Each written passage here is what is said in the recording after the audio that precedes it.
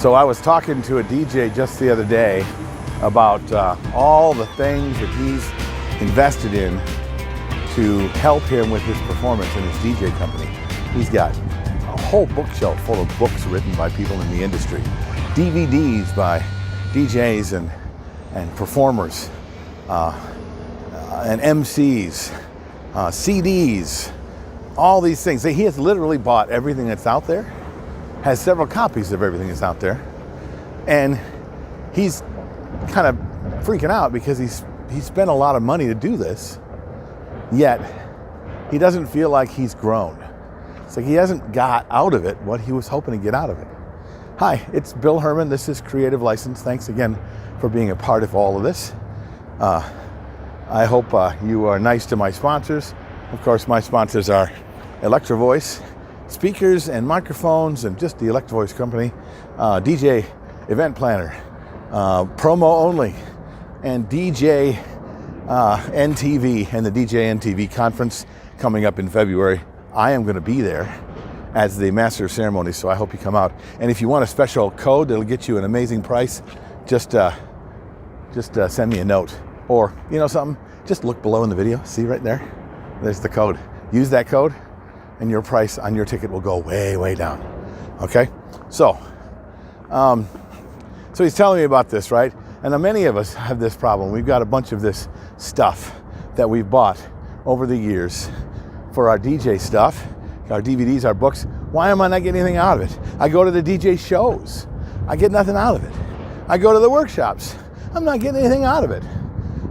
And that doesn't happen with my workshop. Just be sure that you know that. But this is what I can tell you. This is why you're not. And this is a way to be sure that you always get everything you want out of everything you purchase when it comes to investments. You ready? Oh my God, I'm so clueless. I don't know anything. That's it. Okay? What we do often, more often than we should, is we go and get this stuff, and then we watch it, read it, listen to it, go to the classes like we already know. We are looking for someone to impress us. We are looking to hear something we've never heard before. Well, it's because you already know it, apparently. And the reason you're not getting anything out of it is you're not coming at it as if you don't know. You really need to take some time. It's not about attitude, really. I mean, as most people say, that's about attitude. Check your attitude at the door. No, I don't know that that's what it is. It's not that at all. What it is that you're not coming at it from a place of, what's the word? Not knowing, okay?